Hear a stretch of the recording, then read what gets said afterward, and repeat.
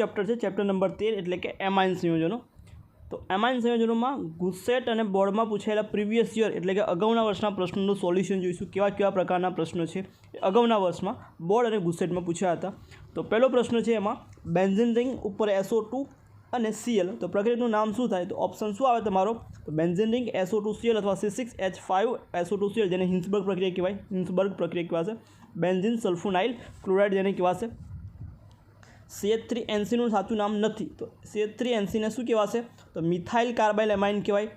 પછી બીજું નામ એનું એસિટો આઇસોનાઇટ્રાઇલ મિથાઇલ આઇસોસાયનાઇડ, તો ઓપ્શન બી છે તમારું, એને આઇસોનાઇટ્રાઇલ ના કહેવાય। શું કહેવાય? આઇસોનાઇટ્રાઇલ છે, કહેવાશે નહીં, એટલે આન્સર તમારો બી છે, એટલે બી આન્સર આવશે। આઇસોનાઇટ્રાઇલ એને કહેવાશે નહીં।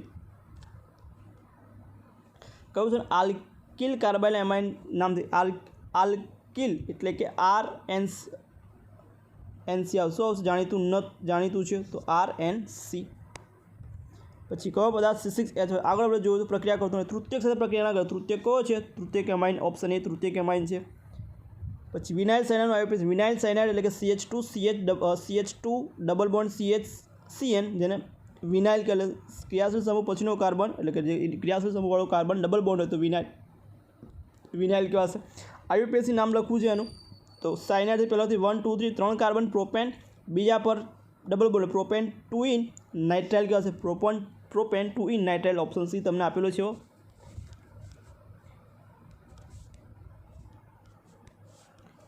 નીચેમાંથી કઈ જોડ કાર્બાઇલ એમાઇન સાથે પ્રક્રિયા કરે? કાર્બાઇલ એમાઇન પ્રક્રિયામાં વપરાય, કાર્બાઇલ એમાઇનમાં વપરાય CHCl3, ક્લોરોફોર્મ અને KOH અથવા NOH હોય, બેઝિક હોય તો KOH અને આલ્કલી KOH અને ક્લોરોફોર્મ સાથે પ્રક્રિયા, જેને કાર્બાઇલ એમાઇન અથવા આઇસોસાયનાઇડ પ્રક્રિયા કહેવાશે, કસોટી કહેવાશે।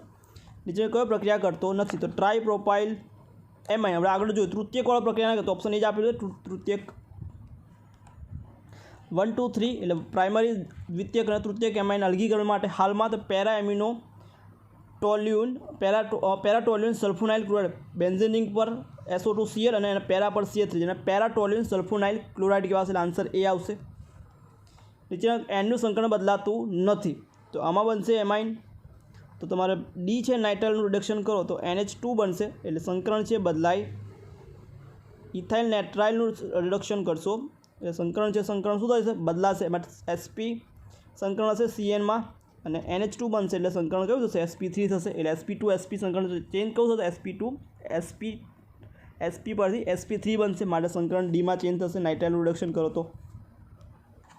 ઇથાઇલ સાયનાઇડ અને ઇથેનોલની સાંદ્ર સલ્ફ્યુરિક એસિડ પ્રક્રિયા કરતાં કઈ નિપજ મળશે? ઇથાઇલ સાયનાઇડ અને ઇથેનોલ, તો તમને પ્રોપેનોઇટ નિપજ તરીકે મળશે। શું મળશે? ઇથાઇલ પ્રોપેનોઇટ નિપજ તરીકે મળે છે। નીચેના કઈ મુખ્ય નિપજ બેન્ઝીન સલ્ફોનાઇડ તૃતીયક સલ્ફોનાઇડ? તો દ્વિતીયક વાળો બનાવો, દ્વિતીયક એટલે કે NH વાળો જોઈએ, તો NH વાળો કયો છે તમારી જોડે? તો NH વાળો છે ને, એટલે કયો મળશે? તો આમાંથી મળતી નિપજ એ છે દ્વિતીયક, અને દ્વિતીયક બનશે તૃતીયક સલ્ફોનેમાઇડ, એટલે આન્સર તમારે નિપજ સુધી, નિપજ પછી તમને મળતી જે નિપજ મળે છે નિપજની પ્રક્રિયાથી તૃતીયક સલ્ફોનેમાઇડ, તો આમાં દ્વિતીયક મળે, દ્વિતીયક પ્રક્રિયા કરશે તો તૃતીયક સલ્ફોનેમાઇડ મળશે।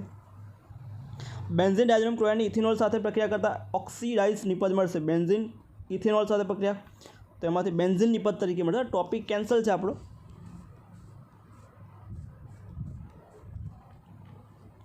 બેન્ઝીન ડાયઝોનિયમ ક્લોરાઇડની પાણીની હાજરીમાં ફોસ્ફોરિક એસિડ સાથે પ્રક્રિયા કરતા તો ફોસ્ફરસ એસિડ મળશે, બરાબર। આ બધું ટોપિક કેન્સલ છે। એક્રોલિનનું મુખ્ય ક્રિયાશીલ, એક્રોલિન જે છે એનું આપણે લખ્યું હતું આગળ CH2 ડબલ બોન્ડ CHCHO, તો આલ્ડિહાઇડ ક્રિયાશીલ સમૂહ આવશે, શું આવશે? ક્રિયાશીલ આલ્કિલ આવશે, સોરી આલ્ડિહાઇડ આવશે। નાઇટ્રોઇથેન રિડક્શન કરો તો કઈ નિપજ બને? નાઇટ્રોઇથેન છે તો એમિનો ઇથેન બનશે, Na2 માંથી NH2 થાય, 2 કાર્બન છે એટલે એમિનો ઇથેન કહેવાશે। કયું સંયોજન હિન્સબર્ગ પ્રક્રિયા સાથે પ્રક્રિયા કરો? તૃતીયક દેખાય છે N વાળું, NH2 હોય તો પ્રાથમિક, NH હોય તો દ્વિતીયક અને ખાલી N હોય તો તૃતીયક કહેવાશે, એટલે આન્સર C આવશે। CH3CN નું આઈયુપીએસી નામ તો કે ઇથેન નાઇટ્રાઇલ કહેવાય, એને ઇથેન નાઇટ્રાઇલ થાય આઈયુપીએસી નામ, 2 કાર્બન, N છે નાઇટ્રાઇલ કન્સિડર કરવાનું। RC ટ્રિપલ બોન્ડ N માં કાર્બન અને એનું, તો કાર્બન નાઇટ્રોજન ટ્રિપલ બોન્ડ છે એટલે SP સંકલન આવે, સિંગલ બોન્ડ તો SP3, ડબલ બોન્ડ તો SP2 અને ટ્રિપલ બોન્ડ તો SP, એટલે સંકલન તમારું આવશે SP સંકલન। એનિલિનની ડાયઝોટાઇઝેશન પ્રક્રિયાથી નીચેમાં ડાયઝોટાઇઝેશન પ્રક્રિયાથી શું મળે? તો N2 + Cl- ટ્રિપલ બોન્ડ હશે। એમાઇનનું ઇલેક્ટ્રોનિક બંધારણમાં નાઇટ્રોજનના સંકરણનો પ્રકાર નાઇટ્રોજન છે એમાઇનમાં કયું હોય sp3 સંકરણ કેમ કે બધા બંધ સિંગલ બંધ છે એટલે sp3 આવશે સંકરણ કયું સંયોજન પાણી સાથે હાઇડ્રોજન બંધ બનાવતું નથી તો તૃતીયક એમાઇન પાણી સાથે હાઇડ્રોજન બંધ બનાવશે નહીં કેમ કે એની જોડે હાઇડ્રોજન છે નહીં એટલે આન્સર ડી તૃતીયક એમાઇન આવશે બેન્ઝીન સલ્ફ્યુરિક ક્લોરાઇડને શું કહેવાય તો હિન્સબર્ગ પ્રક્રિયા કહેવાય છે હિન્સબર્ગ પ્રક્રિયા કહેવાય છે બેન્ઝીન રિંગ SO2Cl આપણે જોયું તો આપણે કયું સંયોજન કાર્બાઇલ એમાઇન કસોટી આપશે કાર્બાઇલ એમાઇન કસોટી કોણ આપે પ્રાથમિક એમાઇન આપે તો પ્રાથમિક એમાઇન કયું છે તો બેન્ઝાઇન એમાઇન NH2 વાળું બેન્ઝીન રિંગ ઉપર CH2NH2 બેન્ઝાઇલ એમાઇન એટલે આન્સર તમારો સી બેન્ઝાઇલ એમાઇન આવશે કાર્બનિક સાયનાઇડમાં સંયોજનમાં સાયનાઇડમાં C અને ડબલ બોન્ડ વચ્ચે તો 1 સિગ્મા 2 પાઈ વચ્ચે 1 સિગ્મા 2 પાઈ આવવું જોઈએ ઊંધું છે એટલે આ ખોટું છે બીજું વચ્ચે બંધ કોણ 180 sp સંકરણ બંધ કોણ 180 લખ્યું છે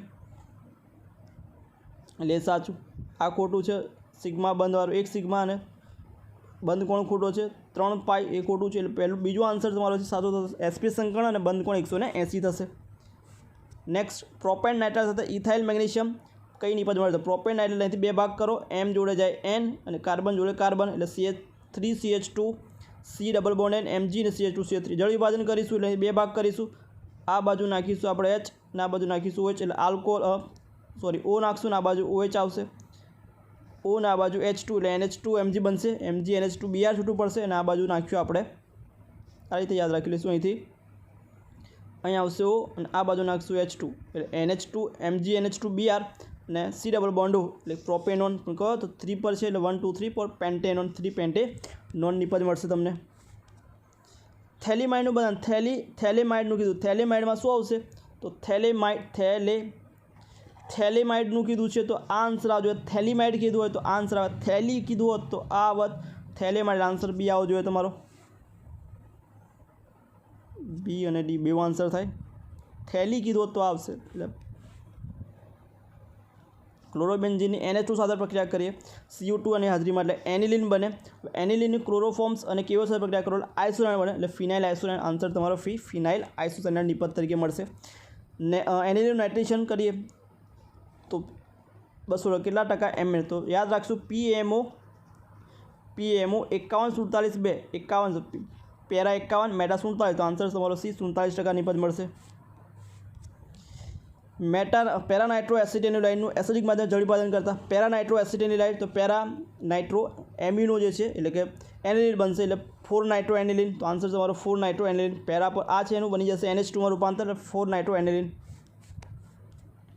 એક્રિલોનાઇટ્રાઇલમાં સંકરણનો પ્રકાર તો કાર્બનમાં તો ડબલ બોન્ડ વાળો sp2 ડબલ બોન્ડ sp2 અને ટ્રિપલ બોન્ડ sp તો ડબલ બોન્ડ એટલે sp2 sp તો આન્સર તમારો ડી આપેલો છે sp2 sp2 sp ડાયોઝોનિયમ ફ્લોરેટનું બંધારણ થાય N2+BF4- ટોપિક કેન્સલ છે એમાં સાથે હોફમેન પ્રક્રિયા કરો નિપજ શું મળે CH3CH2NH2 આન્સર તમારો એ એક કાર્બન ઓછો થઈ જશે બેઝિકતાનો મહત્તમ ક્રમ તો OCH3 વાળો સૌથી વધારે બેઝિક થશે વિસ્થાપન થાય બેઝિકતા વધારે જ્યારે NO2SO3 જોડાય તો બેઝિકતા ઘટાડશે તો ક્રમ પૂછ્યો હોત તો તમારો સૌથી વધારે બેઝિક જે છે એ આવે પછી ડી આવે પછી NO2 વાળું આવશે પછી C એટલે SO3H વાળું આવશે X અને Y અનુક્રમે શું થાય પ્રોપેન નાઇટ્રાઇલ ઇથેનોલ તો આગળ નિપજ જોઈ હતી ઇથાઇલ પ્રોપેનોઇડ બનશે શું મળશે ઇથાઇલ પ્રોપેનોઇડ અને NH3 એટલે કે એમોનિયા તો આન્સર તમને બી આપેલો છે કયું સંયોજન આલ્કલાઇન માધ્યમમાં ક્લોરોફોર્મ સાથે પ્રક્રિયા દુર્ગંધ ધરાવતો પદાર્થ આપે તો પ્રાઇમરી એમાઇન કહો છો તો આન્સર બી આઇસોસાયનાઇડ કસોટી કીધું છે એટલે મિથાઇલ એમાઇન આવશે જે આઇસોસાયનાઇડ નિપજ આપશે દુર્ગંધ ધરાવતો પ્રાથમિક એમાઇન બનાવવા માટે ઉપયોગી નથી પ્રાથમિક એમાઇન બનાવવો હોય તો કઈ તો કે આઇસોસાયનાઇડ રિડક્શન એમાંથી દ્વિતીયક મળે માટે આન્સર બી એ ઉપયોગી છે નહીં CH3NCH2H5 આયુપેસી નામ લખો તો 3 કાર્બનવાળું મુખ્ય ગણાશે એટલે પ્રોપેન 1 એમાઇન N મિથાઇલ અને N મિથાઇલ આન્સર તમારો N મિથાઇલ પ્રોપેન 1 એમાઇન કહેવાશે N મિથાઇલ આને કહેવાશે પ્રોપેન 1 પહેલા પર જોઈને તો પ્રોપેન 1 એમાઇન કહેવાશે બસ 173 બેન્ઝીન ડાયોક્લોરાઇડની કયો પ્રક્રિયા નારંગી રંગક મળશે તો answer C phenol topic cancel છે એઝો રંગક ટોપિક જે છે વાયુ અવસ્થામાં સંયોજન બેઝિક વાયુ અવસ્થામાં તૃતીયક સૌથી વધારે પ્રબળ હોય અને જલીય અવસ્થામાં દ્વિતીયક આવે આટલો अपवादरूप एक्सेप्शनल केस याद राखी लेવાનો। वायु अवस्था में तृतीयक और जलीय माध्यम में कीधुं होत तो द्वितीयक आगळ लखात। नीचेना पैकी कयो संयोजन Br2 અને ઇથેનોલિક ક્યુએસ સાથે ગરમ કરતા પ્રાથમિક એમાઇન મળે તો RNH2 અમાઇડ વાળો, તો ઓપ્શન બી તમને આપેલું છે અમાઇડ સંયોજન। એક્રેલોનાઇટ્રાઇલમાં પાઈ બંધની ઇલેક્ટ્રોનની સંખ્યા, પાઈ ઇલેક્ટ્રોનની એક્રેલોનાઇટ્રાઇલમાં પાઈ ઇલેક્ટ્રોનની સંખ્યા શોધો, કેટલી થશે? તો એક્રેલોનાઇટ્રાઇલ, તો આન્સર શું આવશે? 6 આવશે।